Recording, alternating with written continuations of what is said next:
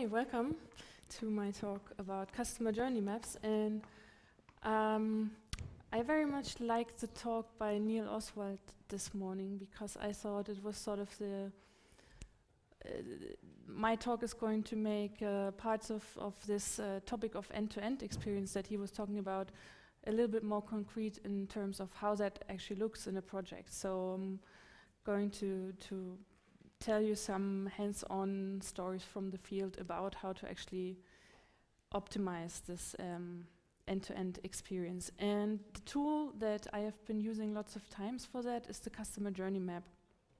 And as Benjamin said, I work as a service designer, but not only that. So I've been in the past years been engaged in UX strategy, UX design, service design, and also a lot of experience research. And I do that as a freelancer and also for EDAC. And from time to time, I also work as a startup mentor for Google. In my talk, I really want to focus on the topic of customer journeys. So I'm going to start with a little bit of theory, what's really the benefits of this particular model. And then we'll show you one case study from my recent work, and also would like to discuss and share best practices with you afterwards. So maybe the first question, to just get a little bit of a feeling of where you are at with this topic. So who of you has actually worked with customer journey maps in a project? So that's roughly 60%. Who has been the person that actually modeled the customer journey? So that's about 50%. Great. So I'm not saying anything new, but I hope I can wrap it up for you and maybe give you some insights for your work. So let's start with the theory. This is Jim. Maybe some of you know him. I had the pleasure to work with him for some months in my previous employment, and he is the author of a new book that's called Mapping Experiences that is just about this topic of customer journey mapping. And he says mapping experiences isn't a nice-to-have design tool, it's a must-have for strategic alignment. And one of the key tools in this area is something called a customer journey map. So he's really putting the emphasis on this tool in his book, and I was very happy to learn the techniques around it from him. So I'm going to reference him maybe one or two more times in this talk. So we've seen examples of what is a customer journey map, and if you Google customer journey map, this is like the one that always pops up because it's the one that Adaptive Path made very popular. So the two things that are important about the customer journey map compared to other models is that it maps the user experience in a sequential order. So it's not like a persona where you shape it around a person or something, but it's about the actual sequence of user steps. And alongside with these steps of the user experience, the customer journey map gives you the chance to map all sorts of different other things that you're interested in. So this is never the same in any project. So typically what you do is you map like activities or tasks along the steps, and then you map pain points or feelings, emotions, or needs, questions. There's many things, KPIs. You can map really what is interesting in your environment for you to map alongside the user experience. And what's also comes with that is that really every journey map is different. So there's not, I mean, every time I start a new customer journey project, I'm sort of looking at how do others do it, and it's never the same. So each and every customer journey map looks different, and there's no right or wrong, I think. The only thing that I will talk about later is also it's not every level of detail is easy to present to your stakeholders in a PowerPoint slide. So that's some of the key things that I always find difficult with customer journey maps, is that they're really hard to present if you're not, print them out on a poster and really stand before them. Before I want to go into my case study, want to quickly give you some more theory about why you should try or could try customer journey mapping in your projects. So I think they all sort of belong together, and so the first thing is like every good model, the customer journey map also is a really good tool to visualize complex and messy realities in a more easy to grasp visualization. And because the customer journey map is all about the user or the customer, of course it's a great tool or a great model to also encourage user empathy with your stakeholders. So it's nothing I need to tell you guys, because we're all in this room because we care about the user and work user-centric and all that, but some of the stakeholders you might work with still might need some more awareness for this topic. And the customer journey map, as it's so directly about the customer and his pain points, will be a great tool to emphasize these things for your stakeholders. And also a topic that we've heard many times during this past presentations is the topic of breaking silos in the organization and really getting an outside-in perspective and a cross-functional view. And this is two things that the customer journey map, if you really map the whole user experience, like from someone being interested in your company to someone really being an active user, then when you have it all there, then you really see where all the different touch points come in place and how they belong together. And many times it's the first time that your stakeholders, or that's what I experienced, is before they think, okay, we have a nice website, we have a nice call center, whatever, but in the journey map, they for the first time see that the actual path that the user is going through these maybe individually well-designed touch points is still bumpy, and so that's a great start for improving the experience. And so that's the last 2 points on the right side.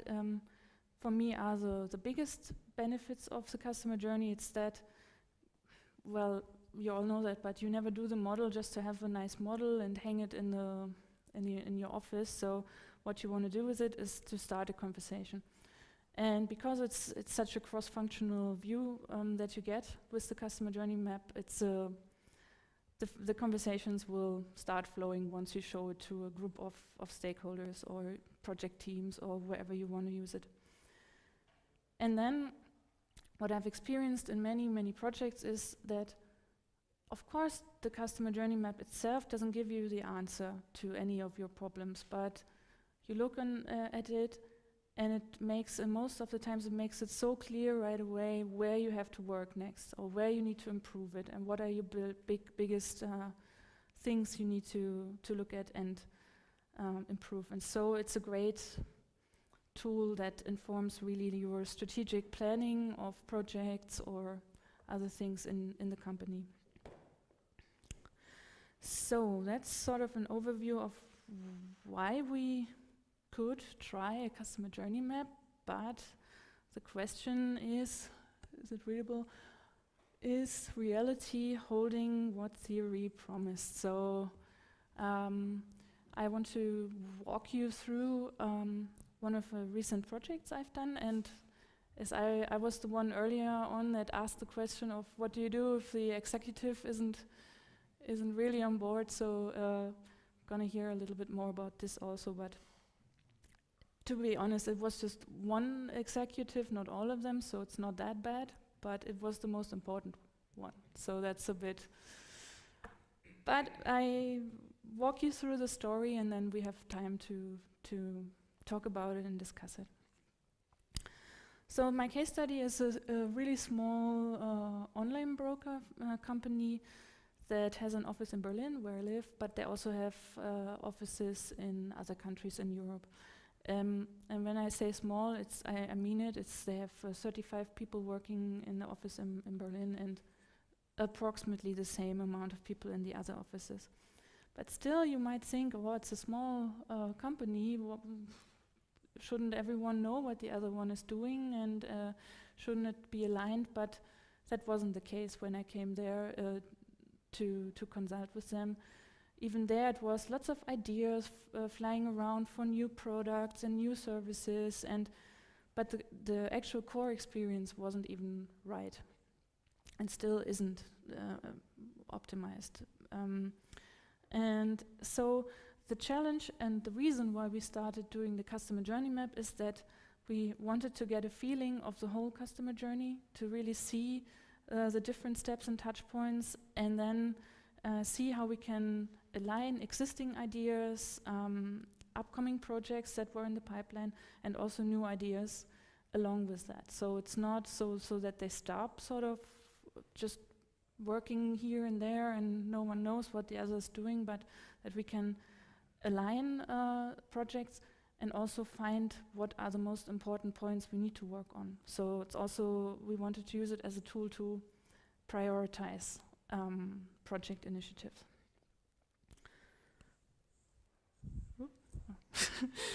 The project approach that we did roughly had these 6 phases or steps. So of course, first, before I could model the journey, I needed to do some research. Then I modeled the customer journey. I will show details of each point in a minute. Then we had a big stakeholder workshop where we aligned the actual executives of the company, of the different countries also, and prioritized and ideated what to do next. And the result was really to have a strategy of what is our next project. Also, part of the project was to communicate the journey within the company. And right now we are in the phase of a sort of continuous improvement. So some of these projects are, as this is really recent work, not a lot of things have been launched yet, but are in progress, and new ideas still come. So, but what we do now is we sit together regularly and look at the journey and see, okay, where are we with our projects? Do these things still, are the things we do still intertwined, so we not start to work in silos again? And so regularly we come together to this sort of customer journey workshops that are there to bring us back on track on why we actually started this, and to sort of stay on the right path. Because as I said, or before, as we heard before, it's so easy to get back to the old way of working. And yeah. And the last thing that is hopefully coming soon, and because I haven't gotten around to do it yet, but I would like to establish a sort of customer journey scorecard, and I'm going to talk about it also in my slides. So let's start with the research to give you a little bit more insight what was the basis to model such a customer journey. Because it was a fairly small project, and I was a sort of one-woman show doing it at the client. I focused primarily on researching existing stuff, existing documents, process documents, existing user feedback from previous interviews and surveys. And I conducted around 10 internal interviews with staff to also find out more about the processes and the things, because all of them have direct contact with the customers. I hope to, even though I couldn't do primary user research, I hope to get as close to the user as possible. So I talked to staff from the customer service center, and I talked to the new accounts department, and to marketing people, and also, because it's also a quite lean way of researching, I did some mystery shopping, so I became a customer myself and started to trade stocks and all that to get the experience. And to be honest with you, some of it also was just best guess. So you have some things you don't find out, but as I've been working in the sort of banking sector for a long time, I had to fill it with best guess. The actual journey that I came up with, first I want to walk you through a little bit like the process of actually modeling that. So I started with the main phases that are not rocket science, because it's a standard thing. The customer becomes aware, they open up an account, which I had to dedicate a whole phase to because it's so complicated in that company. And then you are the active customer, that means you trade and invest, and then you leave the company. And I detailed that out. Is it readable? Yeah. I detailed it out with a lot of sub-steps, so it's not done when you have the main phases, but I really wanted to look at all the steps that the customer really has to go through and all the important things. And so maybe we don't have to read through all of it, but for instance, the open up account phase, that's the second phase. So the customer has to apply, they have to deposit their money into their trading account, they have to set up their account management, and they have to set up a proprietary trading software they have to use for that broker, and they have to activate their trading account for security reasons. So lots and lots of steps before you're actually at the first trade, and that already, that this phase is so big, was a good eye-opener for them, that they're actually putting their users through a lot of steps before they can actually start trading, which is why they are there. And this is just the steps. I then modeled to all these steps and sub-steps. I modeled the context, the user questions for each of these steps, the pain points, and I divided this into different user groups. So we have the professional traders and the newbie traders, so they have different questions and different needs. And then I modeled the touch points within the company, so all the different channels and documents and all these things people get. And also because our modeling was so much about strategic alignment of projects and ideas, we also modeled into the original research document all the existing projects and also KPIs for each step where available. So that doesn't look really sexy if you look at it. So that was the actual Excel sheet. That was a sort of raw document where I collected all the information and captured all my research in a sequential order. And some of you who work with big models probably know the problem. It's really unusable for other people. It's really good to capture your research and it helps you make up your mind, but I didn't get any executive to read it, I would say, and I don't blame them. So what we wanted, but still we wanted to achieve the goal of getting the stakeholders to be aware of this journey and also in detailed enough so that they can see what's the real pain points and where we have to do something. So the next thing was a stakeholder workshop, where I tried to make the journey as tangible as possible by really putting it on the wall, with which you can see. Can you see my mouse? Yeah, which you can see here. This is like a phase, and this is a sub-step, and I put it really on the wall to really walk these stakeholders through the wall, through each of the phases, and talk about it, and together talk about pain points again of the customers, collect the ideas for the different phases, how to improve this, and that actually worked quite well. So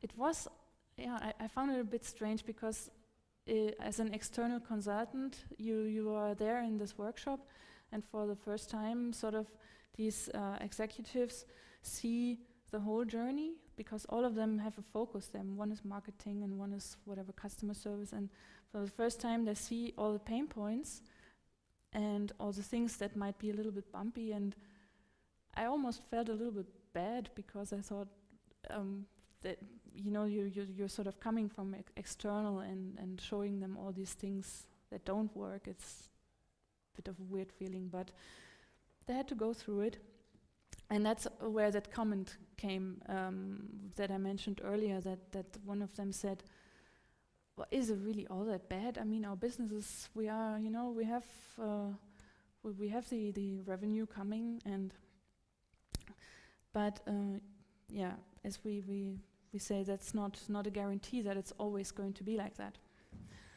So in this workshop, what we also did then was, so we aligned the stakeholders on the journey, and also, of course, discussed whether we have missed any steps, and there have been some changes also in the workshop.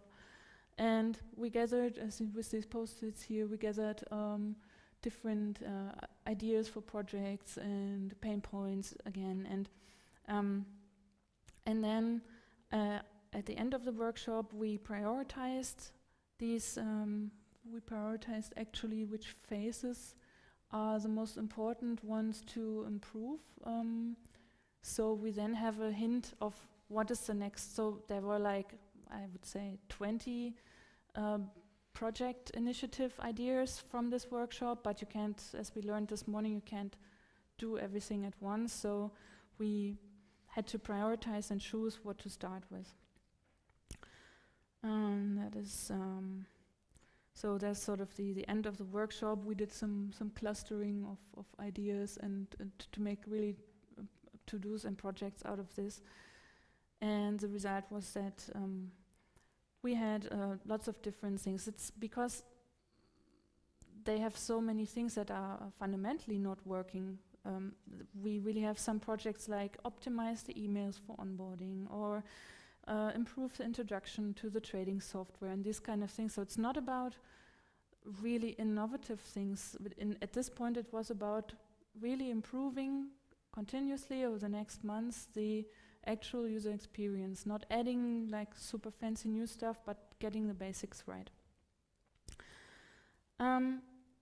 After that, we also wanted to communicate the journey within the company, and I worked together with a graphic designer who made some visual,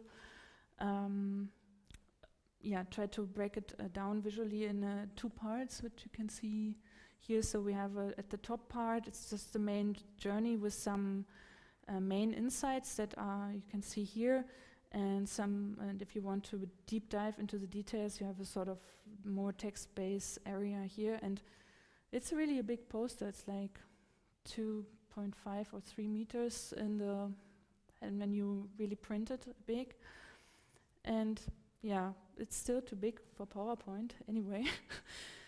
And here's a little bit of an excerpt, so you can still not read it, but it's like here we have little bits and pieces from the research that stood out, or challenges that the company has to tackle within the next months or years. And so that was sort of the visualization for that.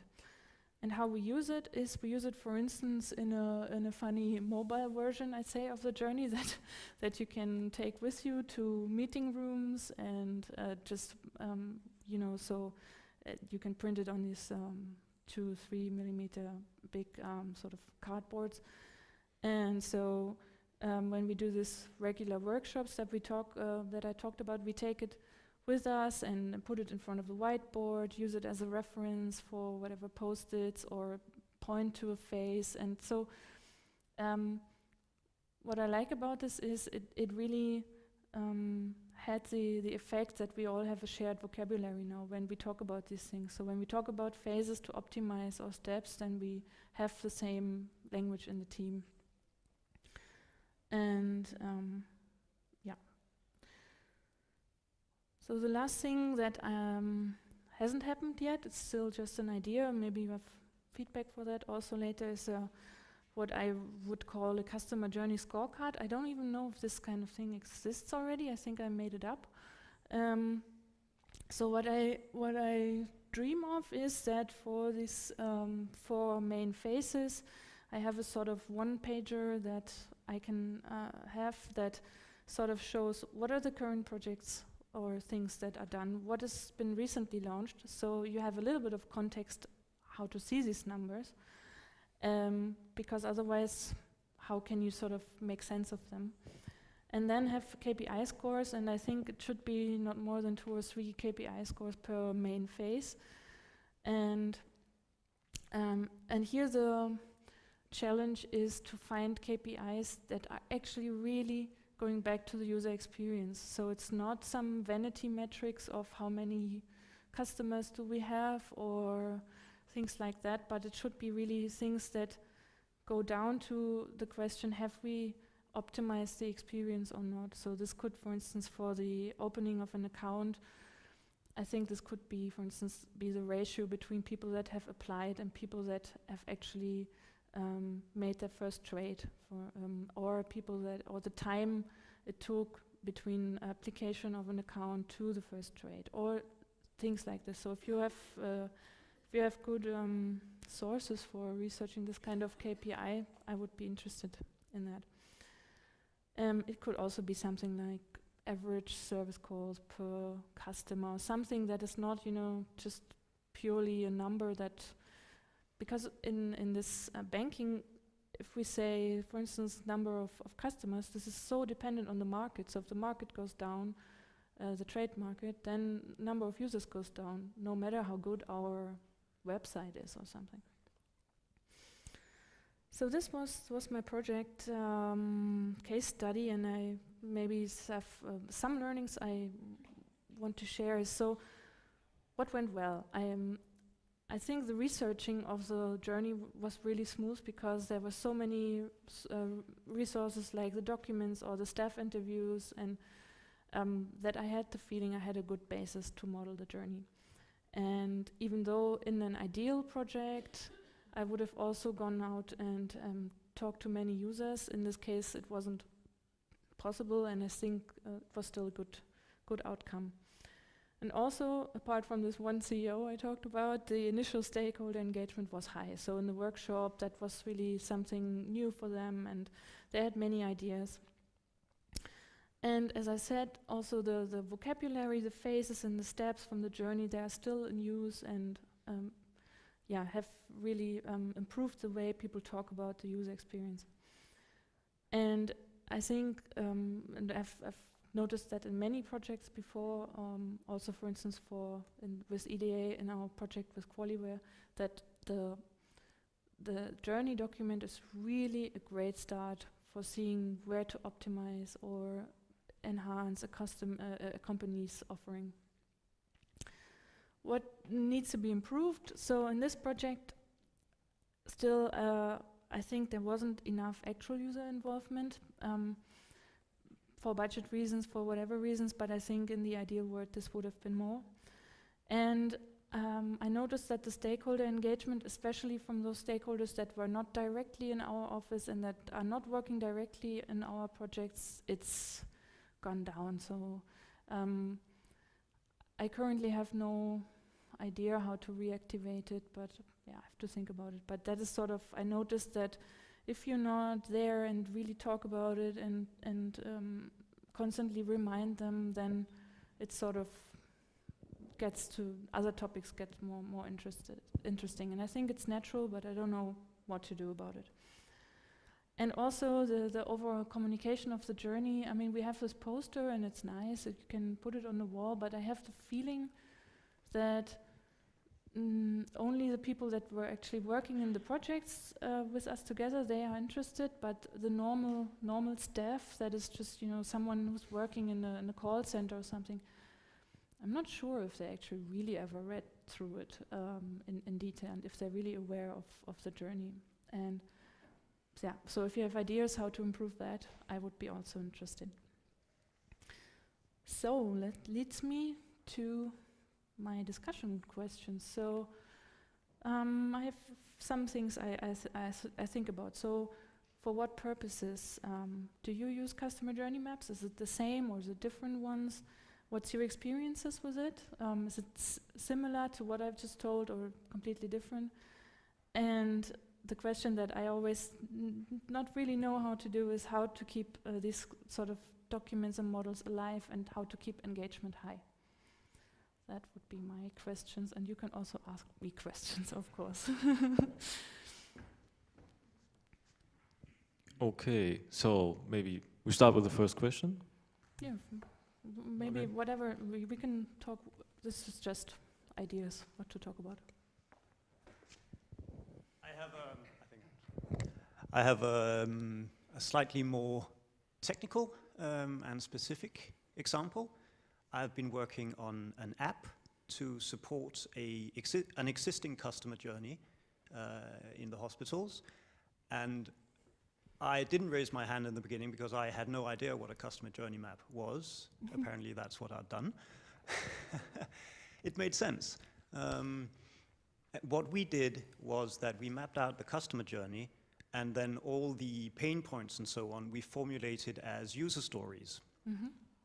As a patient, I want to be able to, in order to, and these user stories will go directly to the development team as specifications of general broad things that go into an agile sprint backlog. And you would say that that worked out well? Sounds very, cool. very well, very well, Cool. actually. Yeah. We are through prototype and proof of concept with a walking skeleton, and now we just need money. But it's been very good. It engaged the customer a lot, and it kept it alive. I think the user stories were a key part to that, because the story is, or the journey map is so big, as you said, we had the same problem. It filled a wall. But the user stories are very short and very concise, and you can group them and you can talk about smaller segments with different actors. Excellent. Sounds really good. Sorry. Maybe I can ask you a question, actually. On what level of detail have your overall steps have been? Like, we saw like open an account and so on, and you said that your steps have been more detailed, like inside of an app. Have they been with the solution in mind already, or did you manage to formulate general topics? Yeah. A bit of both. We tried to keep it in customer-related language and more abstract, which also means that you need to have a frame for it if you're working with an app, because no part of the user story says, easily anyway, I want to have this in responsive design so that I can use different mobile units, or I want to be able to share my secure login via the state portal with my spouse. So you need to do a more technical framing around it, but the business requirements saying, I want to easily be able to gain an overview of my treatment plan, for example. That's something you can give to a design team.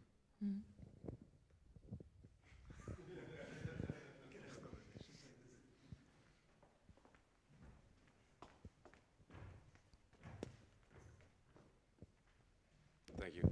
Hi, I'm Gunnar. We are working since 2 years or 3 years now in our organization with the customer journey mapping. And what we found out was, and this was the question you closed your presentation with, how can I address also people in the call center? Yeah. What I'm missing is, and what we are doing so far in terms of a use case, like how to go people online in public Wi-Fi's, we do improvements in terms of a next level below all the journey, which we're calling organizational mapping. And this is a mapping and which directly addresses all the departments who are directly involved with the technology in it. And this is closing the gap between a very high level methodology of customer journey mapping to get all the technicians and developments and the management involved. And this is maybe a feedback I can give you to me from my experience working with these journeys.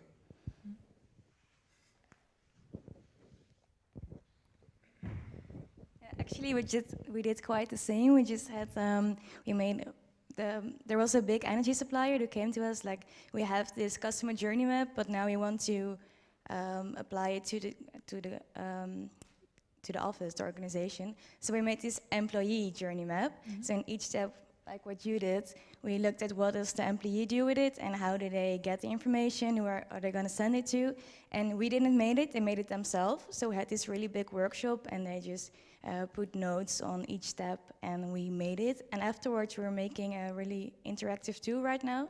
So the employee can look at which part they are at the process and look at how are they related to the customer, but also how are they related to other employees because of the company. So the engagement is really high right now because they know what they have to do instead of what they should do in order to help the customer.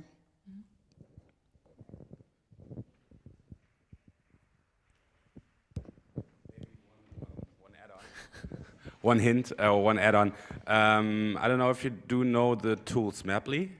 Smaply is an interactive browser-based tool for designing customer journeys, and it's super convenient designing them with several layers, and then you can have your 5-meter plots printed out or send it over as PDF. Yeah. Nicola?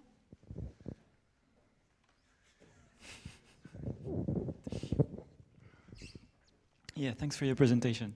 What we do is actually corporate project acceleration. So we welcome teams and we help them strategically think about what they're trying to achieve and give them some methodologies to try to have them achieve that on their own as much as possible. So we have usually very little time, 2 to 3 to maybe 5 days. And the thing we use, the way we use customer journey maps is to actually have a merger of stakeholder interview and customer journey maps. So we don't do the research before. It's just an open conversation with a wall, and we build it from their perspective in the first place. So it's a projected customer journey map. It creates a huge conversation. Usually it's an eye-opener for the clients.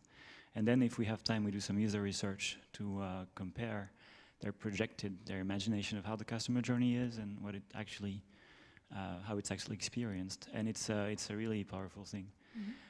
I have questions. It looks like a pretty long gig you're having here. So I'm asking you, what was the initial brief? How were you onboarded on this mission, on this contract, and what was their initial purpose? Were you able to prove some impact? And the side question, which is kind of transversal, is usually when you have this after you have your customer journey, as you did, there's a list of initiatives, of ideas and possible projects that arise. My question is, how do you have tools or methods to have the team prioritize? You said you have to choose among a list of things with what to start. And that's usually the hardest part in my case, because then people don't really know them. Either lack information or they're a bit lost, and so that's a big thing. It usually takes time. In the ideal case, I would take some days between having done the customer journey map, wait a little, and then come back over everything and all the ideas to have a priority. So if you have tips on that would be great. So in terms of prioritization, I think it was a mix in the workshop between one part of the prioritization came from the user pain point. So it was very clear that which parts of the journey are much more bumpy than others. So there's one part, and the other part was also coming from the business side. So which are the areas that we need to improve because they're also business crucial. Everything is business crucial, but some things like getting new clients to actually being able to start trading in this case is much more crucial than other things. And so I think the prioritization was a mix of these two. And to be honest, we didn't do it very formalized. We did some dot voting and discussion about it, and then sort of at the end of this workshop made a to-do action plan, what's the next things we want to work on. And as I said, this is, I onboarded this with this client by just doing some UX wireframe work, and then as it usually goes, you sort of get deeper into it and are asked to do other stuff. And did it prove some value? Most of these things are only being launched within the next week, so it's really recent. So it's not a lot of these things are actually, you know, out there with the customer. It's lots of things are in beta or something. So I think the value that we added was those of intertwining these initiatives. So I think without me, they would have still maybe optimized their emails by now or optimized whatever part, but I think the new perspectives that I bring in, and that is really hard because it's uncomfortable and it's a lot of work and nobody likes it, is the extra work of aligning silos and things like marketing sends out emails and new accounts department sends out emails, and now making sure that it's not, you know, that these are fitting together. That's sort of my role at the moment, facilitating that things sort of start working together. So yeah, that's that. Any more questions?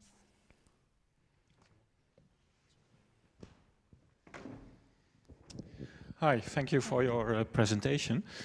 I was wondering about when I see your journey map, then and the nice typed out one, I see only touch points with your with the client company, the client organization, and I was wondering if you look into it from a customer point of view, there is a life that doesn't touch the client company that much. I have a whole line of touch points. I have 2 lines. I have touch points with the company and touch points outside of the company at the same. So, for instance, when there's the phase of the customer is making his investment strategy, for instance, then there's stuff that the company can help with, and then there's this much stuff. Yeah, that's the rest of the world. That the users do outside, and yeah, I have mapped both of these things, and to really show them also, even if you make some articles or webinars about whatever investment strategy, you're competing with this world outside in the web, and I didn't really see it, so I was wondering what you did with that. Yeah, okay. Yeah. Thank you.